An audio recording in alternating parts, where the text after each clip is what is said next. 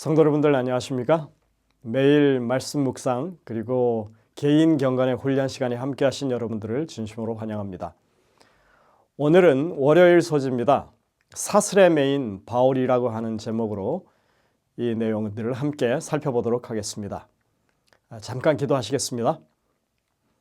하늘에 계신 아버지 하나님, 저희에게 지혜를 주셔서 성령이 저희의 마음속에 깨우쳐 주시는 것들을 분명히 깨달을 수 있도록 인도하시고 우리의 심령이 감동이 되는 귀한 시간이 되게 인도하여 주옵기를 예수님의 이름으로 기도드립니다. 아멘.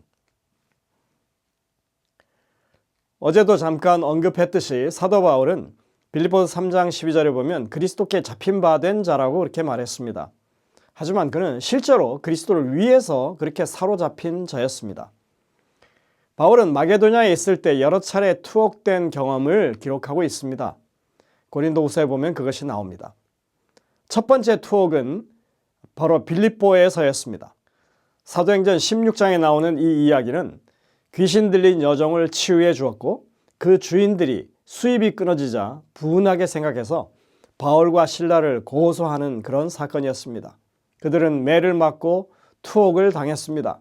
그리고 그 투옥 당할 때 보니까 착고에 단단히 매어 묶여 있었다는 이야기가 나옵니다.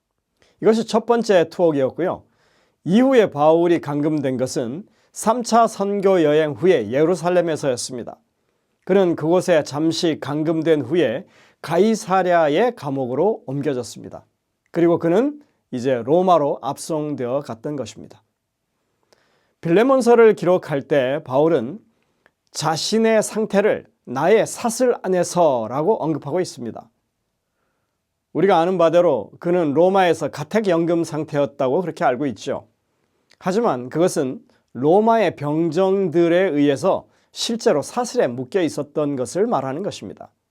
당시의 가택연금이라고 하는 것은 그냥 집안에서 자유롭게 행동하고 바깥으로 못 나오는 그런 것이 아니었습니다. 항상 로마 병사와 함께 있어야 했습니다. 근데 있을 때 손에는 사슬을 메어서 그 사슬의 다른 쪽은 병사의 허리춤에 매는 그런 방식으로 그렇게 구속을 당해 있었다고 하는 것입니다. 그리고 감시하는 병사들이 이제 순번을 따라서 근무 교대를 할 수밖에 없었겠죠. 그래서 바울이 빌립보서에서 말하는 것처럼 온 시위대에 알려진 인물이 되었다고 하는 것이 이해가 되는 것입니다. 빌립보서 1장 13절입니다. 이러므로 나의 매임이 그리스도 안에서 모든 시위대 안과 그 밖의 모든 사람에게 나타났으니. 그러니까 사용되고 있는 사슬이라고 하는 단어는 그냥 비유적인 의미에서 사슬이 아니라 그것은 분명히 실제적인 사슬로 매여 있었다고 하는 것을 말하는 것입니다.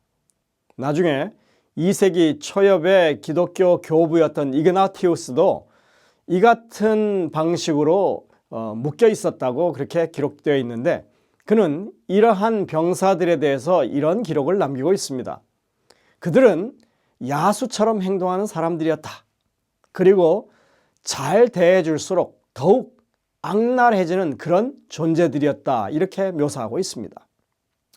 물론 누가 감시병이 되느냐에 따라서 개인차가 있을 수는 있겠지만 당시에 수감자들을 대하는 일반적인 상황을 우리가 알 수 있는 그런 대목인 것입니다.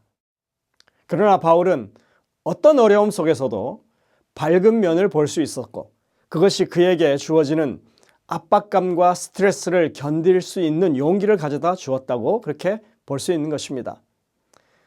사탄이 할 수 있는 모든 것을 전부 퍼부어도 바울은 자신이 버림받지 않았다고 하는 것을 굳게 믿을 수 있었던 것입니다. 바울이 이러한 어려움에 직면했을 때 어떻게 그러한 압박을 이길 수 있었을까요? 바울은 어떤 영적인 자원을 가지고 있었기에 그럴 수 있었을까요? 고린도후서 6장 3절부터 7절에서 우리는 그 물음에 대한 답을 찾을 수가 있습니다.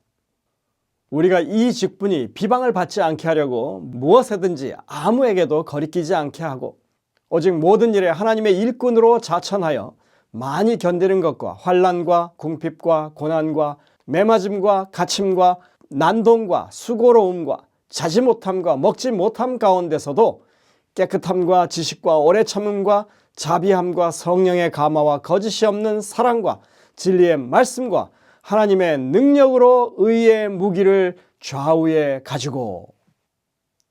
우리는 이 말씀의 첫 부분에서 바울이 어떤 태도를 가지고 선교 사역에 임했는지를 알 수 있습니다.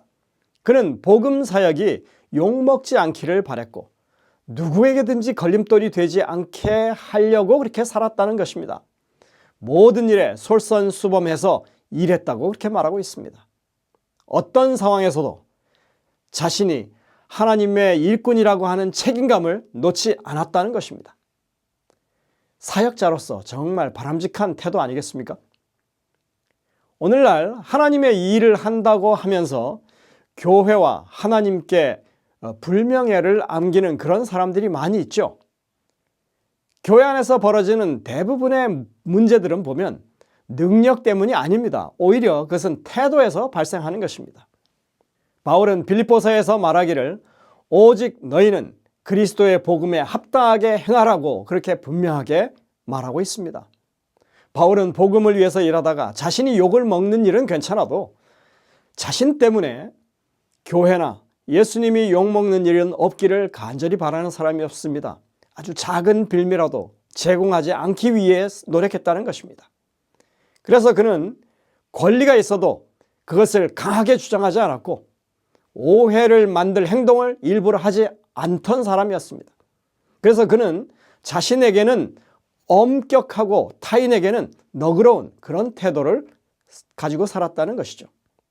바울은 자신이 하나님의 일꾼으로 자천했다고 말하고 있습니다. 여기 자천했다고 하는 그 말은 자랑을 하기 위해서 나섰다는 그런 말이 아닙니다. 스스로 그런 삶을 살기로 결단했다는 그런 말입니다. 내가 누구의 편에 서 있는지, 내가 누구를 대표하는 사람인지 매 순간 인식하면서 그렇게 살아갔다고 하는 것입니다. 그러한 신실함 때문에 그는 많은 고난과 어려움을 겪게 되었습니다. 그가 겪은 어려움은 여기 보면 환난, 궁핍, 고난, 매맞음, 갇힘, 그리고 난동과 수고로움, 자지 못함, 먹지 못함 이런 단어들로 나열되고 있습니다. 그냥 일상적인 단어의 나열이 아니죠. 단어 하나하나가 다 그들이 고통당하고 괴로웠던 그런 사건들이 포함되어 있는 것입니다. 그런 이런 고난들 가운데서 오래 참고 견뎠다고 말합니다. 그러면서도 그의 믿음의 깨끗함을 지키고 영혼에 대한 사랑, 이 자비나 또 거짓 없는 사랑이라고 표현되어 있는데 영혼에 대한 그런 사랑을 그 마음 가운데서 잃지 않았다고 간직했다고 말하고 있습니다. 그 힘든 순간들 속에서도 자신이 행하고 있는 이 복음 사역의 의미가 흐려지지 않았다고 하는 것을 말하는 것입니다.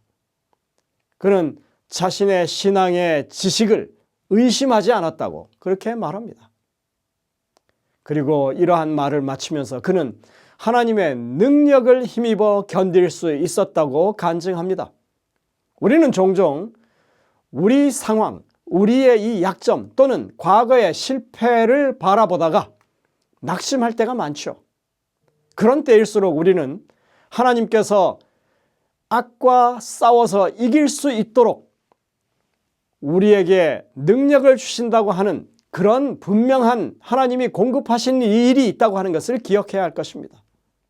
이 어렵고 힘든 상황 가운데서 그가 그것을 견디고 그리고 극복할 수 있었던 능력의 근원은 여기 그가 분명히 밝히고 있습니다.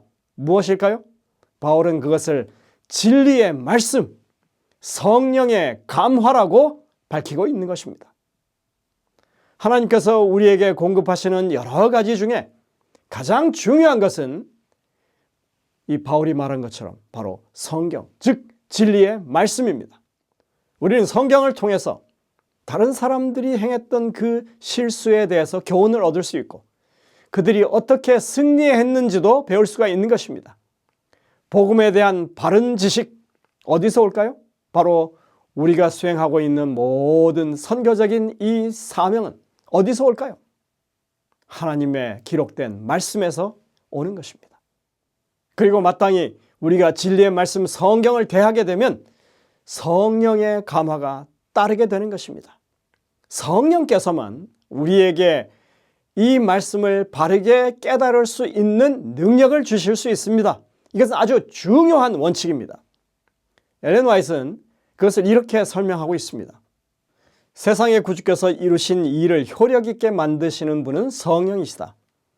성령은 마음을 순결하게 만드신다. 성령을 통하여 신자는 하나님의 품성에 참여하는 자가 된다. 그리스도께서는 모든 유전적이고 후천적인 악의 성향을 이기게 하고 당신 자신의 품성을 당신의 교회에 새기는 거룩한 능력으로 당신의 성령을 주셨다. 시대의 소망 671쪽입니다. 그러니 여러분들, 우리가 이 성경의 말씀을 통해서 성령을 경험하는 일이 얼마나 중요한지 다시 한번 생각할 수밖에 없는 것입니다. 성경은 이것에 대해서 정말 거듭 강조하고 있습니다. 말씀은 간혹 가다가 그냥 한 번씩 보는 그런 것이 아닙니다. 말씀은 매일같이 우리가 그것을 보고 묵상하고 하나님의 음성을 듣는 것이 되어야 하는 것입니다. 시편 기자는 이렇게 노래하고 있습니다. 복 있는 사람은 악인들의 꾀를 따르지 아니하며 죄인들의 길에 서지 아니하며 오만한 자의 자리에 앉지 아니하고 오직 여호와의 율법을 즐거워하여 그 율법을 주야로 묵상하는도다. 시편 1편 1절 2절입니다. 여호수아 1장 8절에는 이렇게 말합니다. 이 율법책을 내 입에서 떠나지 말게 하며 주야로 그것을 묵상하여 그 안에 기록된 대로 다 지켜 행하라. 그리하면 내 길이 평탄하게 될 것이며 내가 형통하리라. 계속됩니다. 시편 119편 105절 주의 말씀은 내 발의 등이요 내 길의 빛이니이다. 여러분들 생각해 보십시오. 잠시라도 그 어두운 밤길에서 빛이 없이 그 어두운 길을 마음 놓고 그리고 안전하게 다닐 수가 있겠습니까? 신명기 6장 6절 7절에는 또 이렇게 말씀합니다. 오늘 내가 내게 명하는 이 말씀을 너는 마음에 새기고 내 자녀에게 부지런히 가르치며 집에 앉았을 때든지 길을 갈 때든지 누워 있을 때든지 일어날 때든지 이 말씀을 강론할 것이며 우리가 일상에서 움직이는 그 모든 순간마다 하나님의 말씀을 묵상해야 한다고 강조하고 있는 말씀입니다. 마태복음 4장 4절에 예수님께서 대답하여 이르시되 기록되었으되 사람이 떡으로만 살 것이 아니요 하나님의 입으로부터 나오는 모든 말씀으로 살 것이니라 하였느니라. 여러분들 밥은 매일 먹습니까? 그것도 여러 차례 먹습니까? 아니면 며칠마다 한 번씩 혹은 한 달에 한 번씩 먹습니까? 사람이 매일같이 밥 먹듯이 매일 하나님의 말씀을 먹고 살아야 한다고 지금 말씀하고 있는 것입니다. 이런 말씀들은 성경에 많습니다. 베레아 사람은 신사적이어서 날마다 성경을 상고했다고 이렇게 기록하고 있지 않습니까? 이것이 초대교회의 그런 모범으로 우리에게 제시되는 것입니다. 성경이 강조하고 있는 이 신앙생활의 모습이 바로 그것인 것입니다. 바쁜 일상 속에서 하나님의 말씀을 접할 수 있는 그런 틈을 우리가 만들어야만 합니다. 이것은 선택사항이 아니라 우리가 반드시 해야만 하는 의무사항이고 영적인 호흡과 같은 그런 것입니다. 그러니까 매일 말씀을 가까이 하지 않는 것은 영적으로 질식 상태에 놓여 있는 것과 같은 것입니다. 시편 119편 97절은 또 이렇게 말씀합니다. 내가 주의 율법을 어찌 그리 사랑하는지요. 내가 그것을 종일 작은 소리로 읊조리나이다. 여기서 읊조린다고 하는 말은 히브리어로 하가라고 하는 단어인데 이 하가는 낮은 소리로 말하다, 중얼거리다, 반복해서 입으로 내뱉다, 되씹다 이런 뜻입니다. 즉 마음과 입이 함께하는 행위를 가리키는 것입니다. 헬라의 사고방식에서는 묵상이라고 하는 것이 머릿속에서 조용히 생각하는 것이지만 히브리적 사고방식에서의 묵상은 말씀을 입에 두고 반복하는 것을 말하는 것입니다. 즉 입과 귀, 마음이 동시에 말씀을 반복하는 상태를 가리키는 게 바로 히브리 방식의 묵상인 것입니다. 여러분들, 우리가 생각 없이 말한다고 얘기는 하긴 하지만 말을 생각과 분리할 수는 없습니다. 이것이 바울이 역경 속에서도 한결같이 복음에 충실한 삶을 살 수 있었던 비결이라고 지금 말씀하고 있는 것입니다. 오늘 우리도 그렇게 말씀을 계속해서 묵상하고 하나님의 복음에 합당한 살기 위해서 그렇게 성령의 도우심을 받는 그런 사람이 되겠다고 결심을 하게 되시기를 간절히 바랍니다. 기도하시겠습니다. 하늘에 계신 아버지 하나님, 우리 곁에 와 있는 말씀을 우리가 얼마든지 읽고 묵상하고 성령의 도우심을 받을 수 있다고 하는 이 분명한 현실 앞에서 우리가 조금 더 정신을 차리고 주님의 말씀에 가까이 다가가는 저희 모두가 되게 인도하여 주옵기를 예수님의 이름으로 간절히 기도드립니다. 아멘.